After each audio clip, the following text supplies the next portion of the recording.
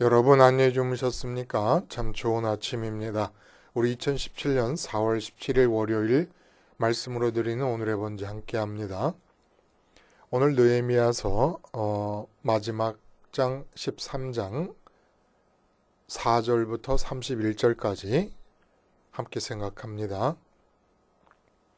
우리는 4절부터 8절까지만 같이 읽겠습니다.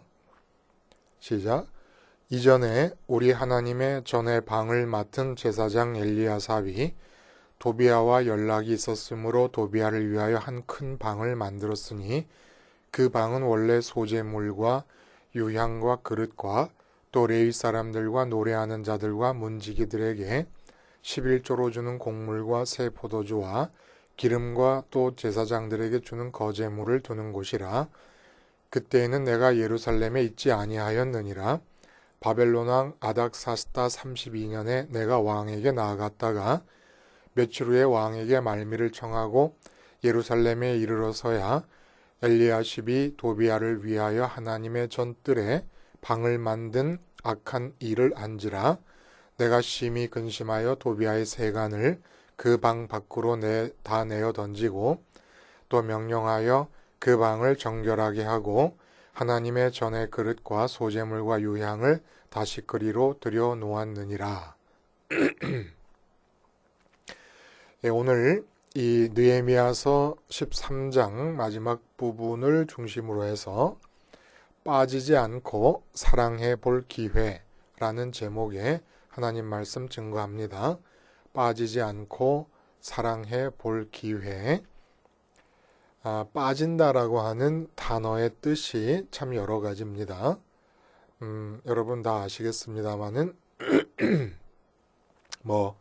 물이나 구덩이에 떨어져서 잠기는 것도 빠진다고 얘기하고, 곤란한 처지에 놓이는 것도 우리가 빠진다 그래요. 역경에 빠졌다, 위험에 빠졌다, 이렇게. 또 사기꾼의 꿰매에 속아 넘어가도 빠진다는 얘기를 합니다. 그리고 우리 또 사랑에 빠진다 이런 얘기합니다. 골프에 푹 빠졌다. 자, 여러 가지 뜻이 있는데 마지막에 사랑에 빠진다라고 하는 얘기를 한번 살펴보면은 엄밀히 말하면 사랑에 빠질 수가 있겠는가 싶어요. 사랑은 하는 것이지 빠지는 것이 아니라고 생각이 듭니다. 예를 들어 예수님께서 내 이웃을 사랑하라.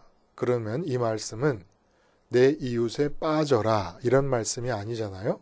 그리고 원수를 사랑하라 라고 하시는 말씀도 원수에게 빠져라 이 뜻은 아니란 말입니다. 사랑에 빠진다는 말은 그러므로 사랑에 빠진 것이 아니라 어떤 여자에게 빠졌거나 어떤 남자에게 빠진 것이지요. 또 사람의 원수가 제 집안 식군이라 라고 말씀하시고 처자나 부모나 형제나 자매를 예수님보다 더 사랑하는 자는 예수님께 합당하지 않다라고 말씀하시는 이유도 제 집안 식구에게 빠지기 때문입니다. 제 집안 식구를 사랑해야 합니다. 그러나 제 집안 식구에게 빠지기 때문에 주님께서 이런 말씀을 하신 것이 아니겠는가 라고 생각이 든다는 거예요. 천사와 비교해서 이 땅에 살고 있는 사람 일반을 가리키지 않고 선민을 가리켜서 더 낫다고 할 수 있는 점이 있다 그러면 어떤 점이 있을까요, 여러분? 천사보다 우리가 더 나은 점이 있다 그러면 천사는 하나님의 피조물인 것은 똑같아요. 인간하고. 근데 천사는 죽었다 깨나도 하나님의 자녀가 될 수 없습니다. 하나님의 심부름꾼들로서 영원히 살게 되어 있는 게 천사입니다. 근데 선민은 하나님의 자녀가 될 수 있습니다. 심부름꾼에 머물지 않고 자녀가 될 수 있다는 거예요. 그러면 어떤 점 때문에 이 땅에 살고 있는 인간인 선민은 하나님의 자녀가 되는데 천사들은 하늘에 머물고 있음에도 불구하고 자녀가 될 수 없고 심부름꾼으로 남아있을 수밖에 없는가? 천사는 하나님과의 관계에서 하나님께 빠질 수밖에 없습니다.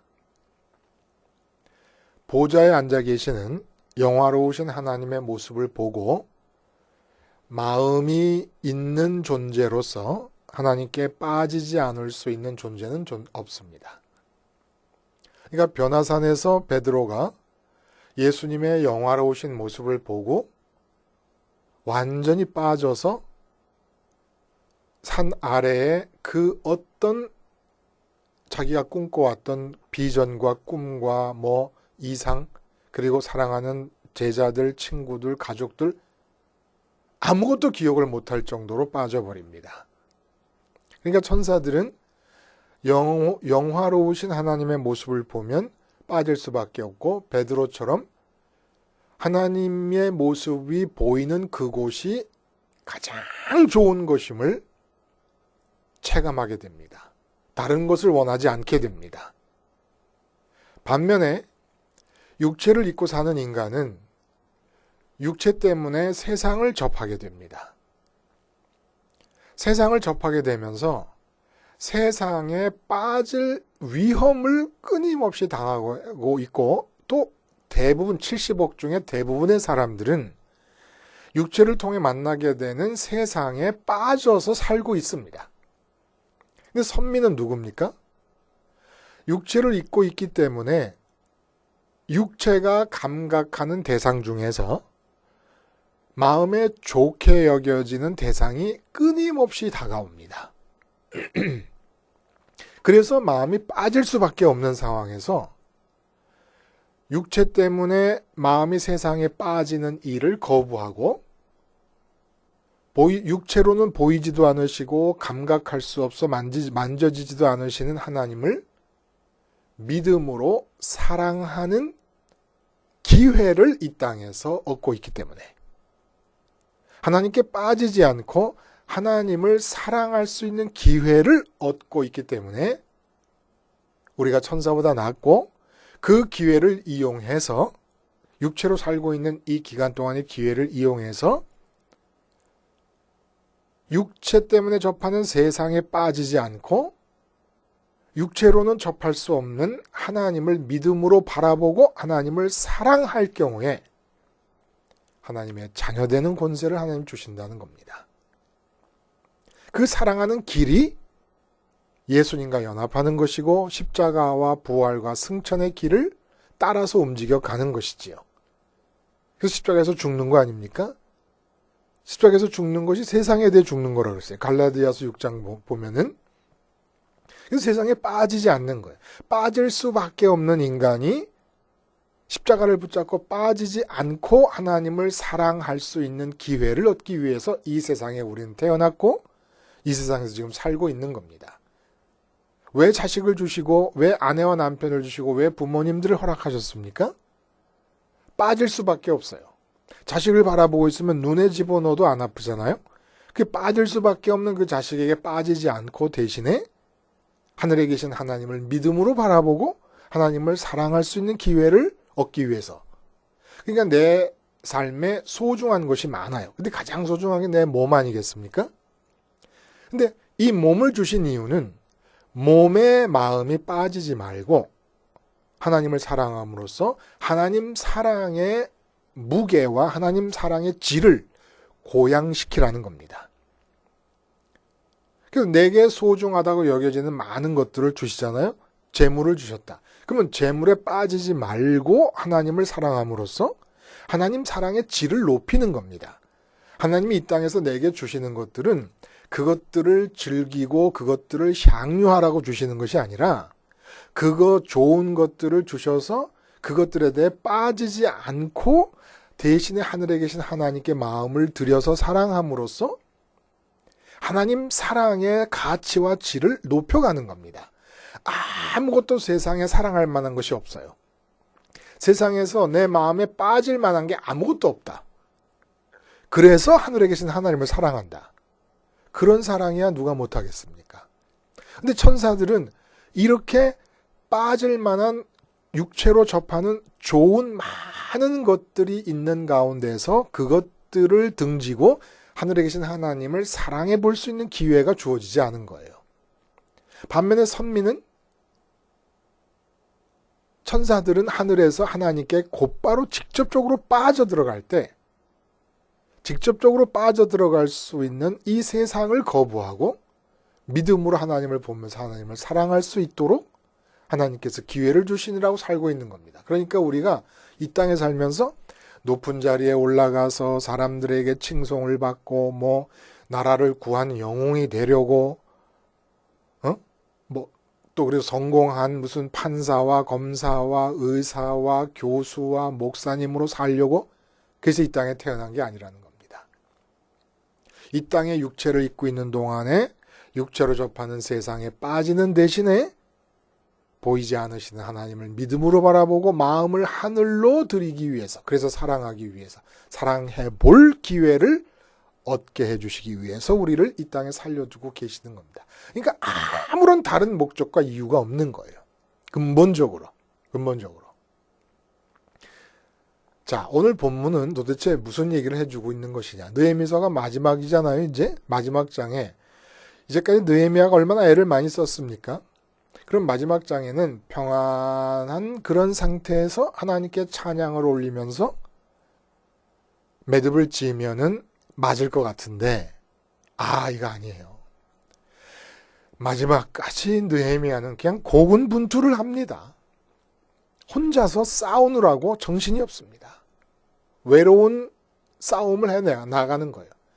내용은 12년간의 이 유대 땅의 총독 재임 기간이 끝나고 느헤미야가 아닥사스다 왕이 있는 페르시아의 수도로 돌아갑니다. 그래서 아닥사스다 왕을 만나고 그리고 아무래도 마음이 찜찜해서 그랬는지 왕에게 아련하여 부탁을 하고 다시금 유다 땅으로 돌아왔는데 그 공백이 1년입니다. 돌아와 봤더니 이게 웬일입니까? 그동안 애써서 성벽을 재건하고 성전을 둘러싸고 사는 예루살렘 삶의 의미를 확인시키고 율법을 에스라를 통해 읽게 하고 그리고 통혼 같은 거 금지하도록 서로 맹세하게 하고 다 해놓고 그리고 11조를 들여서 레위인이 활동을 함으로써 성전을 활성화시키도록 해놓고 다 해놓고 갔다가 1년 만에 왔는데 엉망진창이 되어버렸어요. 대제사장 엘리야십이라고 하는 사람은 우리 도비야라는 사람 알죠? 암몬 출신의 도비야. 그 사마리아 바사 왕국의 사마리아 도를 다스리는 산발랏이라는 총독의 주구 노릇을 하고 있는 암몬 사람 도비야가 엘리야십과 이해관계를 맺고 엘리야십이 성전 안에다가 방을 하나 마련해 주었습니다. 그건 어떤 방이냐 하면은 제사물들을 보관하거나 레위인들이 사용해야 될 11조 곡물 같은 것들을 백성들이 드리면 그것들을 모아놓는 창고였는데 그 창고를 다 비워버리고 이 대적 도비야가 성전 안에서 사무실처럼 거하며 사용할 수 있도록 방을 마련해 줘버린 겁니다. 대제사장이. 예수님 시절에 대제사장과 제사장들이 장사꾼들과 결탁해가지고 성전 안에 장사꾼들을 끌어들여서 이윤을 나눠 먹는 코미션을 받아 먹던 그런 것과 비슷하게 이런 짓을 하고 있었던 겁니다. 그래서 그 도비야의 세간살이를 다 내어버리고 도비야를 쫓아냈어요. 그 일만 있었느냐? 그리고 나서 또 그 다음에는 레위인들과 제사장이 성전에서 일해서 그래야 성전이 활성화되지 않습니까? 성전이 활성화되어야 성전을 생활화할 수 있고 선민이 성전 생활화가 안 되면 선민은 끝나는 거예요. 생활화하려면 활성화돼야 돼서 레위인들이 다른 일에 마음을 쓰지 않고 성전에만 몰두할 수 있도록 11조를 드리자.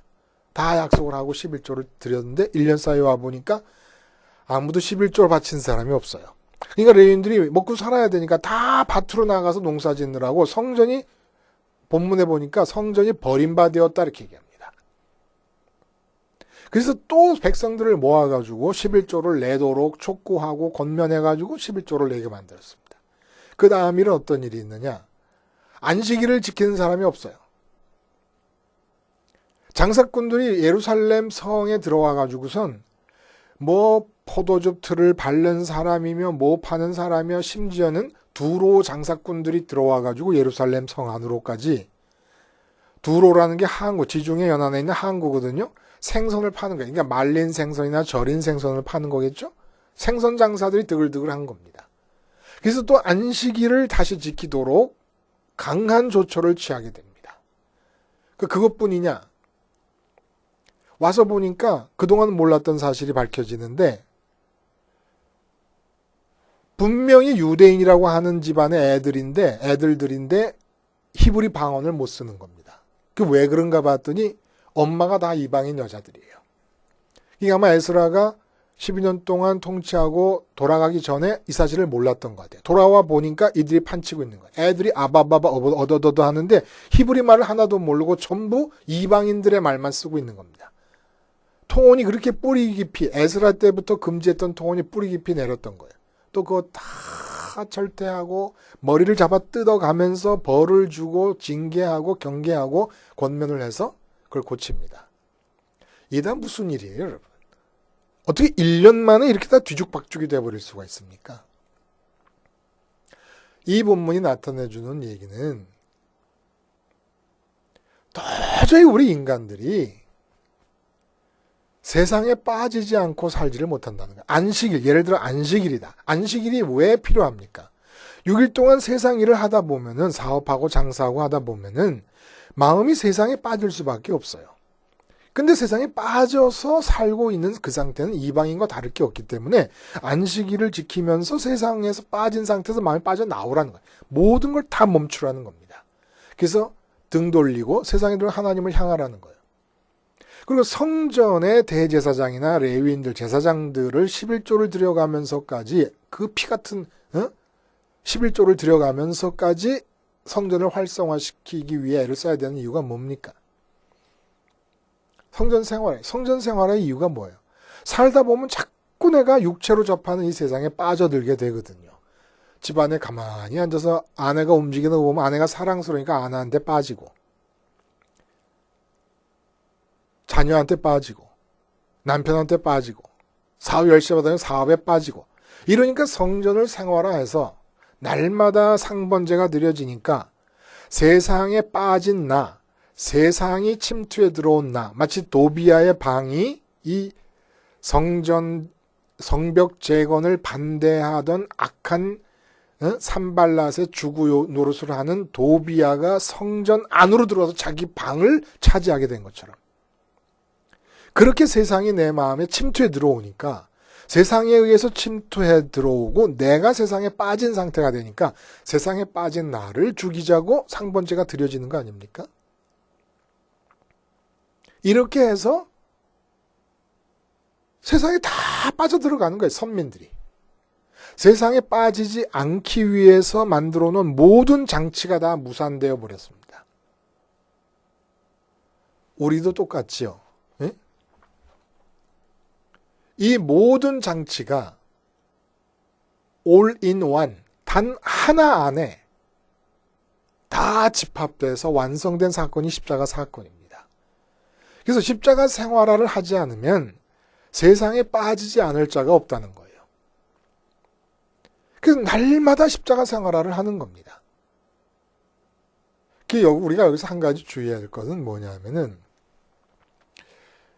사명자가 된다는 것과 자녀가 된다는 것이 조금 다르다는 거예요. 자녀가 되는 것은 분명히 말씀드렸듯이 육체를 입고 사는 동안에 우리는 육체를 통해 세상을 접하기 때문에 세상에 하나님이 보시기에 좋게 만드신 것들이 있지 않습니까? 그 세상에 보시기에 좋게 만든 것들을 그렇게 만드신 이유가, 그 좋은 것들이 빠질만 한데 빠지지 않고 마음이 하늘에 계신 하나님을 향할 때 하나님을 향하는 사랑이 가치가 있기 때문에, 하나님이 세상을 보시기 안 좋게 만들어가지고 사람들도 가만히 세상을 보니까 세상에 빠질 만한 게 아무것도 없어요. 좋은 게 아무것도 없어. 그래서 어쩔 수 없어서라도 하늘을 향할 수밖에 없다. 하나님을 찾을 수밖에 없다. 그러면 이 하나님의 사랑은 가치가 없잖아요. 아브라함에게 독자 이삭을 주십니다. 아브라함이 빠질 수 있는 1호 1호. 가장 소중한 것이 가장 귀하고 가장 이쁜 거예요. 그걸 바치라 그러시잖아요. 그게 믿음인 거예요. 왜 소중한 걸 주시느냐? 그거에 빠지지 말라고. 그것에 등지라고. 유독 그것을 향하여 등지라고 주신 거 아니겠습니까? 이게 자녀됨의 특징이라는 거예요.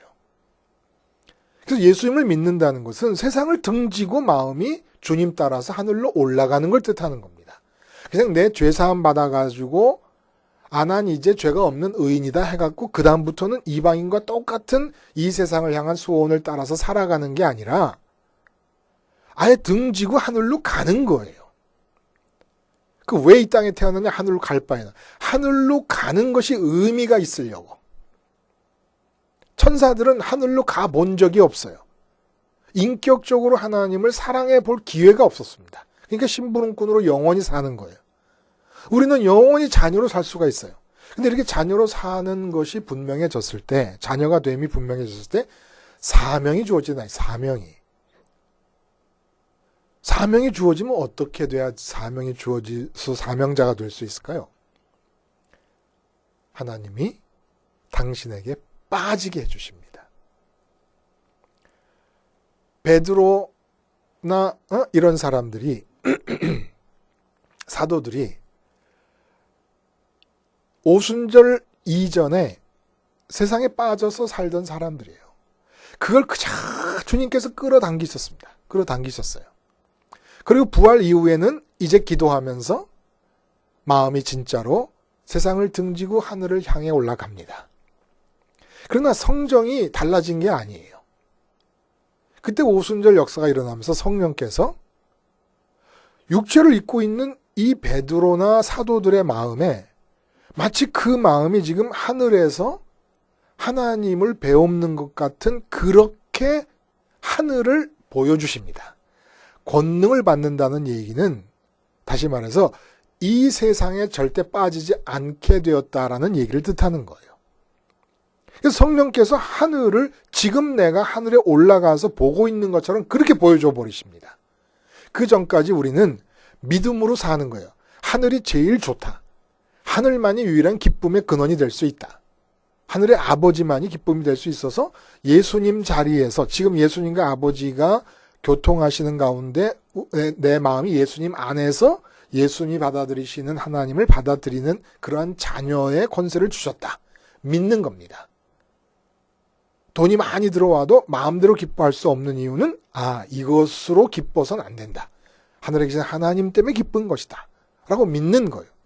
근데 성령님께서 오시면서 그렇게 믿는 차원을 넘어서서 진짜 하늘을 변화산에서 베드로가 직접적으로 보듯이 천사들이 하늘에서 보좌에 앉으신 하나님을 직접 보듯이 그렇게 느끼게끔 해주십니다. 그래서 하늘에 빠집니다. 이때부터 사명자가 될 수 있습니다. 왜냐? 사명자가 되지 않으면, 빠지지 않으면 사명을 수행하는 중에 내가 하나님의 능력으로 귀신을 쫓아내지 않습니까? 70인이 파송돼서 귀신 쫓아낸 게 오순절 성령 받기 이전이었어요. 귀신을 쫓아내고 병자를 고치면 하늘에 빠지지 않으면 땅에서 내가 귀신 쫓아내고 병 고치고 성공적인 기적을 일으킨 것들을 기뻐하게 됩니다. 그것 때문에 사람들이 열광하고 사람들이 나를 추앙하고 칭찬하는 것을 즐기게 되고 기뻐하게 됩니다. 베드로가 오순절 역사 이후에 성전 미문에 앉아있던 안진뱅이를 일으킵니다. 그 전에 70인 파송에 섞여서 파송해가고 귀신 쫓아냈을 때는 귀신 쫓아낸 것이 기뻤어요. 그리고 사람들이 널 날 좀 안 알아주나 라고 기대를 했습니다.